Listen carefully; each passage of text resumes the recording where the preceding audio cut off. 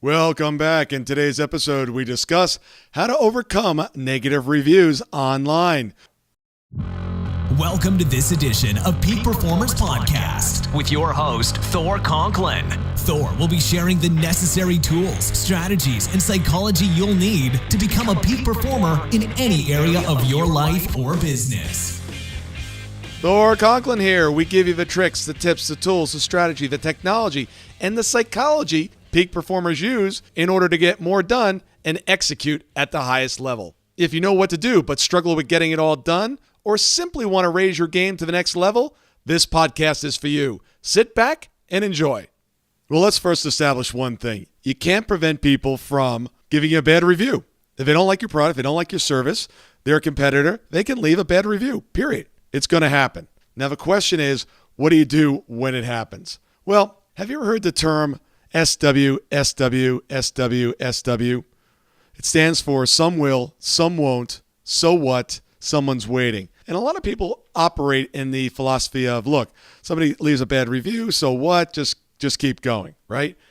I actually have a different philosophy on this, and that is the same SW, SW, SW, SW, but mine stands for some will, some won't, so why? Someone's waiting.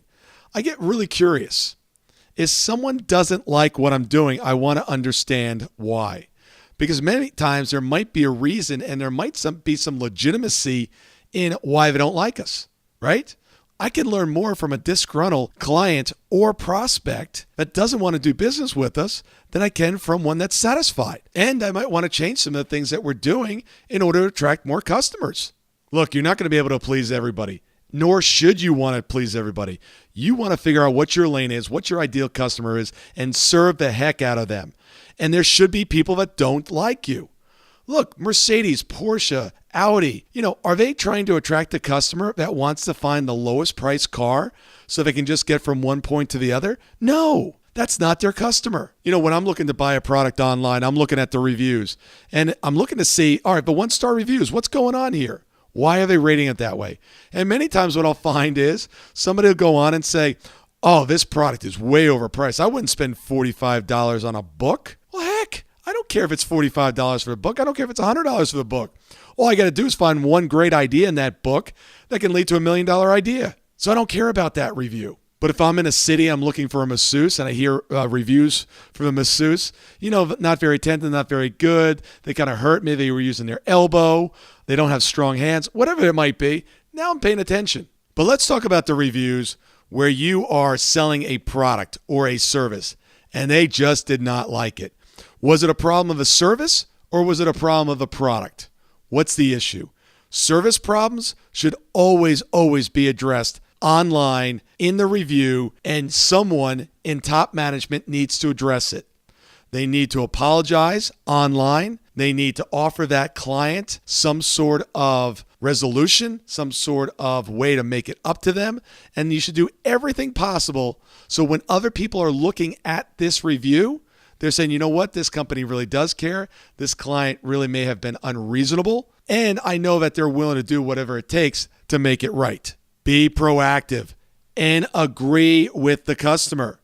Wait a second. You told me to agree with them, but I don't agree with them. Agree with them. Here's what I mean. Customer writes in, customer service was lousy. I walked into the place. No one greeted me. I sat down. Everybody ignored me. This place sucks. Well, you know what? Agree.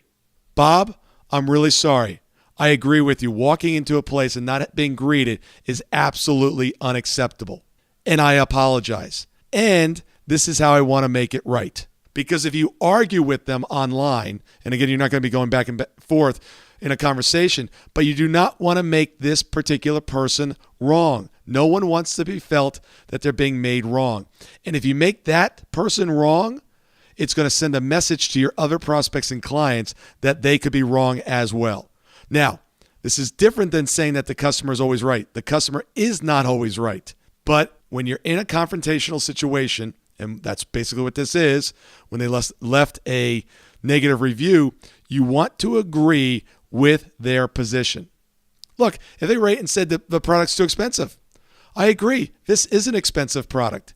And the reason is that we target people that value the quality of their products. and we provide a great quality product for a reasonable price. Are there cheaper prices? Sure, but that's not our market. Tell them actually where they could even find it, because again, that's not the customer that you want. Last bit of advice on this area is don't get hung up on these, okay? I know many business owners that this drives them nuts. It's like looking at actors and actresses when they're looking at the reviews of their movies. Don't get hung up on what's being written about you, okay? You want people to not like you because you're not trying to be liked by everyone. So get over it. Get over the fact that you want to be liked. You want some people to absolutely love you. If others hate you, that's fine. They're not your customer base. Question of the day here.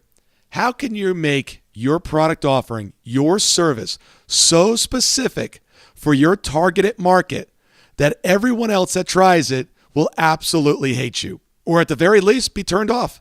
That they don't want your product, they don't want your service because you don't fit their needs. Find more people that you don't fit their needs by becoming very specific on meeting the target audience's needs to the deepest level. Thank you so much for listening today. I really do appreciate your time, and I hope you found today's show valuable.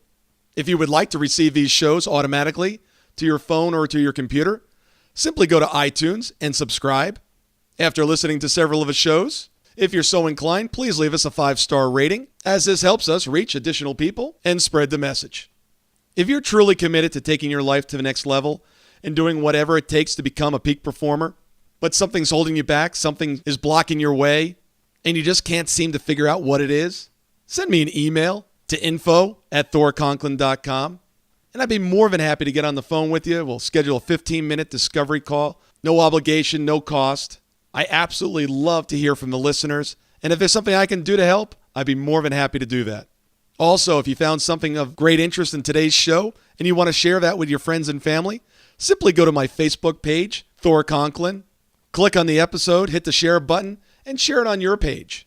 You can follow me at Twitter at Thor Conklin. The website is thorconklin.com. We're constantly adding new free resources, discussing additional tricks, tips, tools, and strategies on how to be a peak performer. Remember, I try to keep these episodes short so you can listen to them during dot time, doing other things, commuting, driving, walking, working out. Decide to be a peak performer in all that you do. And until tomorrow, have an absolutely amazing day.